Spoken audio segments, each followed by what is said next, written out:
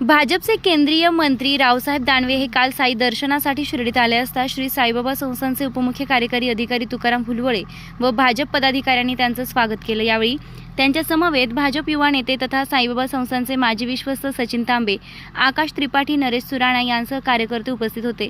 पत्रकारांशी बोलताना त्यांनी सांगितले की देशात लोकसभा निवडणुका सुरू असून पक्षाच्या आदेशानुसार मला भिवंडी मतदारसंघातील उमेदवारांच्या प्रचारार्थ जायचं असल्यानं जाताना शिर्डी साईबाबांचं दर्शन करून बाबांचे आशीर्वाद घेऊन मग पुढे जावे असा मनीभाव आला आणि मी बाबांच्या दर्शनाला आलो असं म्हणत यंदा भाजप देशात 400 पार आणि महाराष्ट्रात 45 जागांवर विजय मिळविणार असल्याचं सांगत पत्रकारांनी जरांगे पाटील यांच्या पुन्हा होणाऱ्या उपोषणाबाबत विचारणा केली असता त्यांनी जास्त काही न बोलता आरक्षण आणि इलेक्शन या दोन्ही गोष्टी वेगळ्या असून माझं एकट्याचं मत प्रदर्शित केल्यापेक्षा समाजाच्या भावना काय आहे हे निवडणुकीनंतर कळेलच असेही रावसाहेब दानवे यांनी पत्रकारांना म्हणत पत्रकारांच्या प्रश्नांना बगल दिली आहे। आता लोकसभेच्या निवडणुका संपल्या आणि पार्टीनं जे कोणी उमेदवार होते किंवा जे मंत्री होते, आमदार खासदार होते त्यांना अन्य मतदारसंघामध्ये ड्युट्या दिल्या।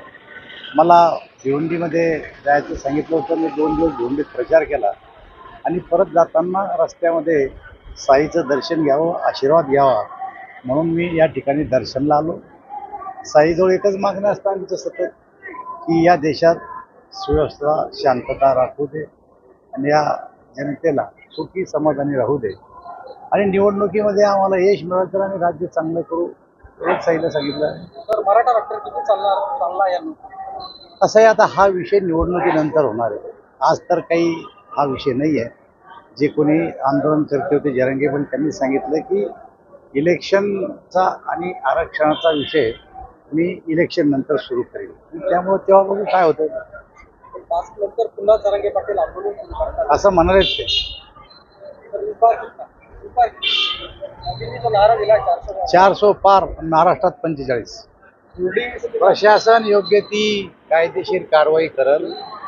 ज्याला परवानगी आहे त्या परवानगीमध्ये ज्या काही अटी शर्ती टाकलेल्या आहेत त्या पाळल्या नाही पाळल्या हे काम पाहणं प्रशासनाचं काम आहे आणि मला असं वाटतं की प्रशासन ते काम पाहिजे आणि जर समजा सगळ्या कंडिशन पाळल्या असतील आणि ज्यांनी पाळल्या नसतील तर नक्की कारवाई करेल। इंडिया आघाडीतला घटक पक्ष आहे, त्यांना कुठेही जाण्याचा अधिकार आहे आणि त्याच्यामुळे ते जर आले तर काय आमच्यावर परिणाम होतो असं नाही आहे।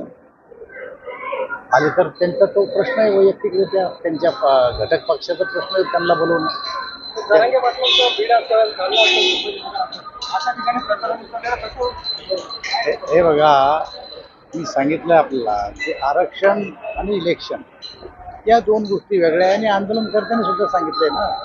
तर माझं मत एकट्याचं प्रदर्शित केल्यापेक्षा समाजाच्या भावना काय आहे त्या इलेक्शन नंतर कळतील।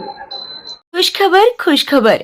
श्री साईबाबांच्या पावनभूमीत साई निर्माण उद्योग समूहाचे अध्यक्ष विजयराव तुळशीराम कोते पाटील यांच्या प्रयत्नातून साई निर्माण ड्रीम सिटी भव्य सुसज्ज असे फ्लॅट नागरिकांच्या सेवेत निर्माण होत असून आजच आपला फ्लॅट बुक करा।